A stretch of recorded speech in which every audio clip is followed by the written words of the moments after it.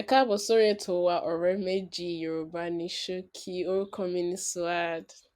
Orúkọ tèmi dẹ̀ ni Ọlámídé. Ọdún lẹ́nu ọdún sàn, ó yá kẹ̀tẹ́ tí kẹ́kọ̀ọ́. Yorùbá ṣókí ṣókí lọ́sàn, ẹ̀wọ̀n ọ̀rẹ́ méjì méjì tó kàn. Suad, báwo ni báwo dẹ̀ lọ́sẹ̀? Mo wà pa ọ̀sẹ̀ mi náà ó lọ kọ́msí kọ́msà like that. African sí comme ça. Hey! Fi Faransé sí ní Yorùbá. Imagine that. Torí pé ara mi ò yá fún gbogbo ọjọ́ ọ̀sẹ̀ yìí àfi ọjọ́bọ̀ àti ọjọ́ àbámẹ́ta mo fẹ́ mú lemsip kó imú mi ti dí mo dẹ̀ ní kọ́ díẹ̀ ara mi dẹ̀ ó rẹ̀ mí gan mi lè jáde lánàá mi lè jáde lẹ́ni tí bí mo ṣe rò bẹ́ẹ̀ mo máa jáde àmọ́ mo rí àwọn òṣìṣẹ́ àwọn tí mo ń bá ṣiṣẹ́ ní ọjọ́ àbámẹ́ta ọjọ́ Friday ó dẹ̀ mú ara mi yá díẹ̀ torí a ṣiṣẹ́ papọ̀ ó jẹ́ kí n ní motivation sí láti ṣiṣẹ́ torí pé à ń ṣe planning fún ọdún tuntun iṣẹ́ yẹn kò fi bẹ́ẹ̀ lé lórí as kò require brain power tó pọ̀ so ó jẹ́ kí ọ̀sẹ̀ yẹn má bad ṣá mo dẹ̀ lọ fún àkọ́kọ́ nínú àwọn lessons mi fún wíwẹ̀ nú omi ó múnú mi dùn gan ó jẹ́ kí n rí àwọn àbí o tí mi ti miss nínú ayé mi ó jẹ́ kí n rí ìdí tí Ọlámídé ṣe fẹ́ràn wíwẹ̀ nú omi gan nǹkan díẹ̀ la ṣe nínú lesson yẹn a kàn ń kọ́ bó ṣe máa dúró sórí omi a kọ́ bó ṣe máa ṣe ẹsẹ̀ ẹ ṣe máa kíni ṣe máa mí nínú omi fún ìṣẹ́jú 30 àmọ́ ìgbà tí mo wà nínú omi yẹn ó dà pé kí n má jáde mọ́ ni mi ronú nǹkan kan mo kàn dúró sínú moment yẹn mo gbádùn ẹ̀ gan àwọn mẹ́rin la wà nínú class yẹn and woman kan báyìí bí ọ̀sẹ̀ méjì nìkan ló ti lọ fún lesson ó dẹ̀ ń wẹ̀ bí ẹni tó ti ń wẹ̀ láti oṣù kan teacher gan olùkọ́ gan commend ẹ̀ pé ó wà impressive gan but ó mú mi wà inspired pé nǹkan tí mo fẹ́ ṣe ní ọ̀sẹ̀ tó ń bọ̀ nìyẹn tí n bá ti lọ fún lessons mi déédéé o kí n dé ibi tí mo lè máa wẹ̀ fúnra mi nínú omi but nǹkan tí ó múnú mi dùn gan ní ọ̀sẹ̀ yìí nìyẹn ìwọ ńkọ́ báwo lọ́sẹ̀? Báwo lọ́sẹ̀ mi ọ̀sẹ̀ yìí mo gbádùn ọ̀sẹ̀ yìí náà ṣùgbọ́n nǹkan púpọ̀ ṣẹlẹ̀ lọ́sẹ̀ yìí mo níṣẹ́ tó pọ̀ díẹ̀ ọ̀rẹ́ mi náà tẹ̀ ṣe ìgbéyàwó so ọjọ́ ọjọ́bọ̀ a ṣe bridal shower fún ìyàwó náà àwa ọ̀rẹ́ ìyàwó a pàdé àròjọ a ṣe eré aka games a ṣeré a ṣe gbogbo ẹ̀ ṣá a ṣáà ṣe ìgbádùn púpọ̀ bẹ́ẹ̀ lọ́jọ́ àbámẹ́ta yẹn lánàá ní ìgbéyàwó náà ó dẹ̀ à ń ṣe ìgbéyàwó yẹn ó dùn gidi gan báwo ló ṣe lọ ó dùn gidi mo jó díẹ̀ a little come ça mo jó díẹ̀ mo jẹun small chops let me tell you something tí n bá lọ fún ìnáwó kankan àbí nǹkan kan bẹ́ẹ̀ àbí ayẹyẹ ẹni ayẹyẹ small chops ni mo wá if the small chops yẹn ò bá já I'll be mi ò ní dùn púpọ̀ but small chops yẹn ó já gẹ́gẹ́ small chops no small chops me and small chops 5 and 6 ni wá àjò a ṣeré mo rí àwọn ọ̀rẹ́ mi náà so gbogbo wa papọ̀ akọrin bẹ́ẹ̀ so ó dáa kí ni mo tún ṣe lọ́sẹ̀ tó lọ gbogbo ẹ̀ náà dẹ̀ nìyẹn but ọ̀sẹ̀ tó dáa ni every week fún mi ọ̀sẹ̀ tó dáa ni ọ̀sẹ̀ tó dáa ni mo like ẹ̀ gan mo like ó dáa kí ọ̀sẹ̀ yẹn dáa torí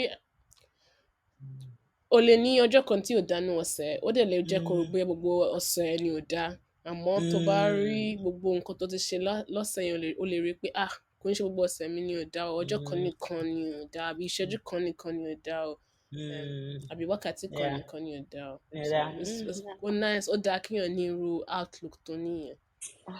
Thank you, thank you. Ó ṣé. Now, a máa wá lọ sí àkọlé tòní. So actually, ó bá ọ̀rọ̀ tí mo ṣẹ̀ṣẹ̀ sọ, ó bá mu. Àkọlé tòní ni ayẹyẹ. A máa sọ̀rọ̀ nípa kí ni àwọn tún sọ fún wa yìí náà? ayẹyẹ celebration, ijó, so mo fún ẹ ní sounds fún ayẹyẹ. Ayẹyẹ, a máa sọ̀rọ̀ nípa àwọn briefly, what's briefly? Ní ṣókí, a máa sọ̀rọ̀ ní ṣókí nípa àwọn máa sọ̀rọ̀ ní ṣókí nípa àwọn ayẹyẹ ní ilẹ̀ Yorùbá. So àti fẹ́ sọ fún wa ní àwọn ayẹyẹ kan tí a ní ní ilẹ̀ Yorùbá. So nílẹ̀ Yorùbá a ní àwọn ayẹyẹ tí àbáláyé, so ìyẹn túmọ̀ sí traditional, bíi ìsọmọlórúkọ, ìgbéyàwó, ọdún ìjẹṣu, ilé tuntun, ọjọ́ ìbí. Mi mọ̀ bí wọ́n ṣì ń ṣe ń sìn, ṣùgbọ́n nígbà ayé àtijọ́, téèyàn bá ralé tuntun àbí tó bá kọ́lé tuntun, wọ́n máa ń ṣe ayẹyẹ nípa ẹ̀, wọ́n dẹ̀ máa pe àwọn ẹbí, àwọn ará, àti bóyá àlùfáà ni o àbí pásítọ̀ kó wá ṣàdúrà sí ilé náà, kó wá fi àlùbáríkà sí fún wọn. A dẹ̀ jogún àwọn ọdún kan láti àwọn òyìnbó bíi ọdún Kérésìmesì àti ọdún tuntun tẹ́ ẹ̀ ń pè ní New Year. Ẹ mọ̀ pé àwọn what's religion? Àwọn tó ń gbẹ̀sìn. Oh yeah, àwọn ẹ̀sìn wà kí Kírísítíánì àti Mùsùlùmí kí wọ́n tó wá sí Nàìjíríà. Àwọn ẹ̀sìn wà tí a ní tẹ́lẹ̀ nílẹ̀ Yorùbá tí a ti ń ṣe ayẹyẹ fún wọn, kí a tó wá gba Kérésìmesì mọ́ àwọn ayẹyẹ tá máa ń ṣe basically. Mo rántí nígbà tí mo wà ní kékeré, mo rí actually mi ò lọ sí mi ò rántí bó ṣe ṣe fún tilé wa, but ilé tá a gbé dàgbà ní Nìbàdàn, mo rí àwọn fọ́tò tí wọ́n yà nígbà tí wọ́n wá ṣe ayẹyẹ ilé tuntun táwọn àáfàá wọ́n rìn káàkiri ilé, wọ́n dẹ̀ ya gbogbo fọ́tò yẹn náà. So mi ò rò bóyá àwọn èèyàn ṣì ń ṣe bẹ́ẹ̀ yẹn nísìnyìí. Mo bẹ́ẹ̀ ni torí mo rántí náà yìí tí mo lọ fún ilé àwọn ọ̀rẹ́ dádì mi kan, wọ́n ṣẹ̀ sílé gbà. Mo kéré náà, mo wà bí ọmọ ọdún bóyá 7. Wọ́n dẹ̀ ra Coke àti Fanta wọn ti bọ́tù yẹn, a dẹ̀ jókòó, a ṣe àdúrà. But ẹ mọ̀ pé ní àwọn Yorùbá náà, àwọn Yorùbá film náà wọ́n máa ń show téèyàn bá kọ́lé ní village, what's village? Téèyàn bá kọ́lé ní village, wọ́n máa pe àwọn ifá láti wá ṣẹ́ kólà. What's ṣẹ́ kólà? Break the cola. Wá ṣe to give thanks to God. Wá ṣẹ́ obì láti pe àwọn òrìṣà kí wọ́n bless, kí wọ́n fi àlùbáríkà sílé náà. Wọ́n máa wá da ọtí palm wine sílẹ̀ láti fi ṣe ayẹyẹ náà. What's palm wine again? I don't know. What's palm wine in Yoruba? Ọtí. Ṣọtí ni? Okay. Ọtí náà ni. That's what I think. Ọtí náà ni. Nǹkan tí mo rò nìyẹn o. Ọtí ni palm wine. Àmọ́ nísìn mo feel pé àwọn èèyàn ṣì ń ṣe, àmọ́ kò ń ṣe bí a ṣe rí nígbà yẹn ló ń ṣe ń sìn. Kò ń ṣe ayẹyẹ tá máa ń ṣe nígbà yẹn ló ń ṣe sí. Èèyàn lè wá kí ẹ ńlé pé ẹ kú ilé tuntun o, but wọn ò ní ṣe party pé ẹ wá sílé mi o, mo ti ra ilé tuntun. Mo rò bíi pé ìmọ̀ pé nísìn tí gbogbo nǹkan ti wà online, àwọn èèyàn dẹ̀ ń ṣe wọ́n fẹ́ privacy, wọ́n fẹ́ káwọn èèyàn mọ̀ nǹkan tó ń ṣe. So nísìn táwọn èèyàn bá ra lé, mi feel pé either kí wọ́n gbé sórí internet kó pe àrùgẹ sórí ẹ̀, àbí kó má gbé sórí internet kó kàn ṣe nílé wọn, kó kàn gbàdúrà. Dẹ̀ máa rí ní I don't know ọ̀sẹ̀ tó bọ̀ àbí couple of oṣù later pé wọ́n ti ra ilé tuntun. Mm. mi mọ̀ Fair bóyá enough. wọ́n ṣì ń ṣe bẹ́ẹ̀ yẹn. Yeah, orí yẹn sọ náà. Orí yẹn sọ. Ṣé o máa ń ìgbà tó wà ní kékeré ṣé máa ń celebrate ọjọ́ ìbí? Ṣé Oh, ìbéèrè tó dáa nìyẹn. So, níbi ọ̀sẹ̀ tó lọ, mò ń rò pa ọjọ́ ìbí. Fẹ́ mi ò kì í ṣe, ní ìsinyìí, mi ò kì í ṣe ẹni tó máa ń ṣe ọjọ́ ìbí bẹ́ẹ̀ náà. But ìgbà kékeré ńkọ́? nígbà tí mo wà ní kékeré, nítorí pé ọjọ́ ìbí mi ó bọ́ sí àsìkò kí la máa pè é? Holiday, kí lọ holiday? Àsìkò holiday, ó bọ́ sí àsìkò holiday. Nítorí náà láti ìgbà tí mo ti wà ní kékeré, like bóyá ọjọ́ tá à ń parí iléèwé àbí ọjọ́ after tá a parí iléèwé àbí ọ̀sẹ̀ tá a bá máa mú so nítorí náà mi ò kí ń sábà ṣe ọjọ́ ìbí mi. Ṣùgbọ́n àwọn like kí la máa pè bí like milestone birthdays mo máa ń ṣe wọ́n. Mo rántí actually ọjọ́ ìbí mi nígbà tí mo di ọmọ 10. Wọ́n ti ẹ̀ ṣe gan lórí ọjọ́ ìbí mi. Wọ́n ṣe ní ọ̀sẹ̀ after. What's the ọ̀sẹ̀ after? Tá a mú ní after? Kí ni after? Ọ̀sẹ̀ tó ń bọ̀. Oh no, but that doesn't. I don't know. Ọ̀sẹ̀ after. A ṣe ní ọ̀sẹ̀ after. A ṣe ní ọ̀sẹ̀ after ọjọ́ ìbí mi. Àwọn ọmọ àbúrò mọ́mì mi gbogbo wọn wá àti àwọn ọ̀rẹ́ mi kan díẹ̀ wá láti school náà. That's nice. Nígbà tá a wà kékeré nígbà yẹn a máa ń ní bouncy castle àní bouncy castle nílé mi. Oh yeah. So bouncy castle yẹn gbogbo akọ̀ ń bẹ́ lórí ẹ̀. But ọjọ́ yẹn actually ara mi ò yá. Nínú àwọn pictures láti ọjọ́ yẹn ó lè pẹ́ ara mi ojú mi ò look. Ojú ẹ̀ kọ́rẹ́ lọ́wọ́. Okay, that's it. Ó kọ́rẹ́ lọ́wọ́. But nígbà tó wá di bí ìrọ̀lẹ́ ojú mi dá mo gbádùn ẹ̀. Ṣó jẹun gan? Ṣó jó? Mi ò fi bẹ́ẹ̀ jó. Àgọ́wọ́ náà mi lọ́wọ́. Kí ló dé tó fi jó ń bẹ́ẹ̀ di ẹ̀tọ́ yọ lọ́wọ́? Báwo ló ṣe máa ná ẹ lọ́wọ́ tó ń jó? Ṣé kò ṣe ìgbà téèyàn ń jó ló máa ń ná wọn lọ́wọ́ ni? Yes. But ara mi ò yá, so I guess they gave me slack. But yeah. Ìwọ ńkọ́ ṣe máa ń ṣe ayẹyẹ ọjọ́ ìbí? Mi ò tẹ̀ mọ̀ tí mo ṣe ń bi ẹ́ ní ìbéèrè yìí nítorí pé mo ti mọ ìdáhùn but ṣe máa ń ṣe ayẹyẹ ọjọ́ ìbí. Nígbà tí mo nǹkan tó wà interesting nígbà tí mo wà ní kékeré ọjọ́ ìbí mi ó máa ń já sí ìgbà tá a máa ń bẹ̀rẹ̀ school ló máa ń já sí.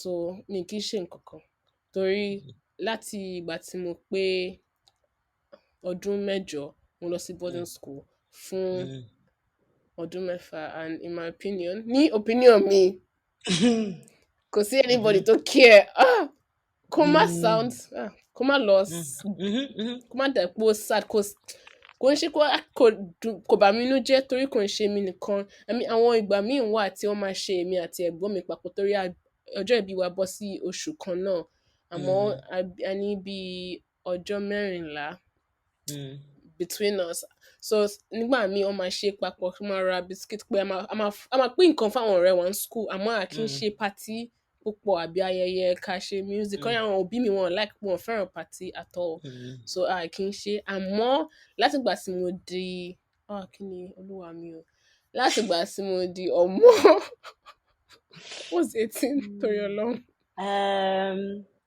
18.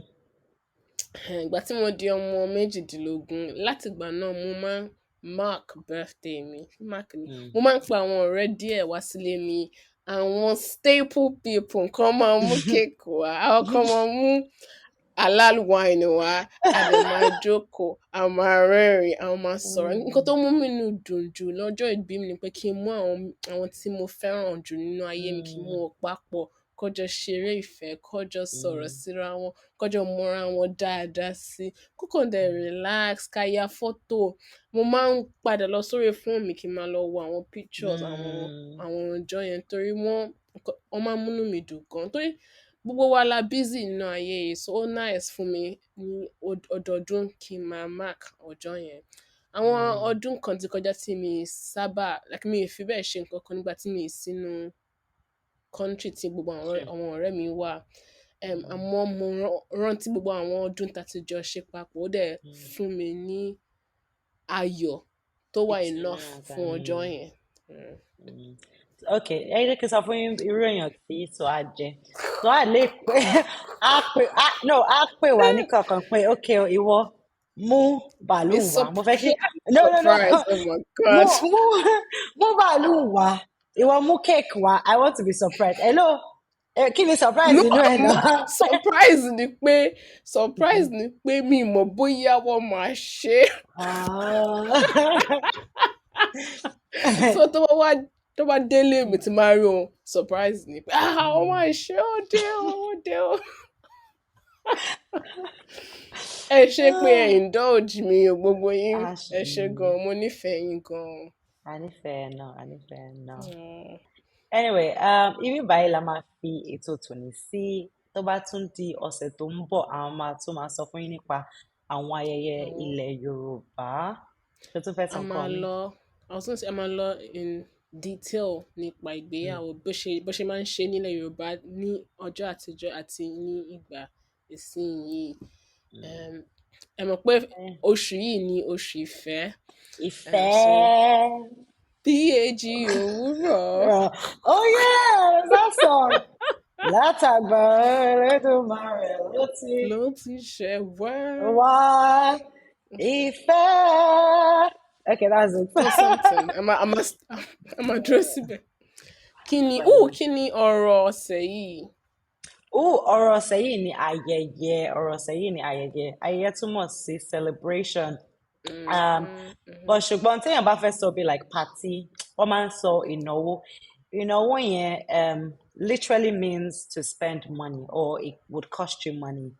And that's because àwọn bá ṣe sọ lẹ́ẹ̀kan. Wọ́n máa ń náyàn lówó. Ẹ má gbàgbé láti sọ Yorùbá ní ṣókí. Ìpàdé wa bí oyin. Láyọ̀. Ó dàbọ̀. Ẹ ṣe kíkọ́ tí máa ń wò wá o. Ẹ ṣe ẹ má gbàgbé láti subscribe channel wa o. Kẹ́ṣẹ́ pẹ̀lú àwọn ọ̀rẹ́ yín. Like sọ fún àwọn gbogbo family, àwọn ẹbí, àwọn ará, àwọn òbí iṣẹ́ yín, àwọn tó ń bá yín ra nǹkan, tó bá yín tà nǹkan. Gbogbo wà láyé yìí kí sọ fún wọn. Yorùbá ṣókí lọ sọ, so tẹ̀lé ọ̀rẹ́ méjì tán kọ́.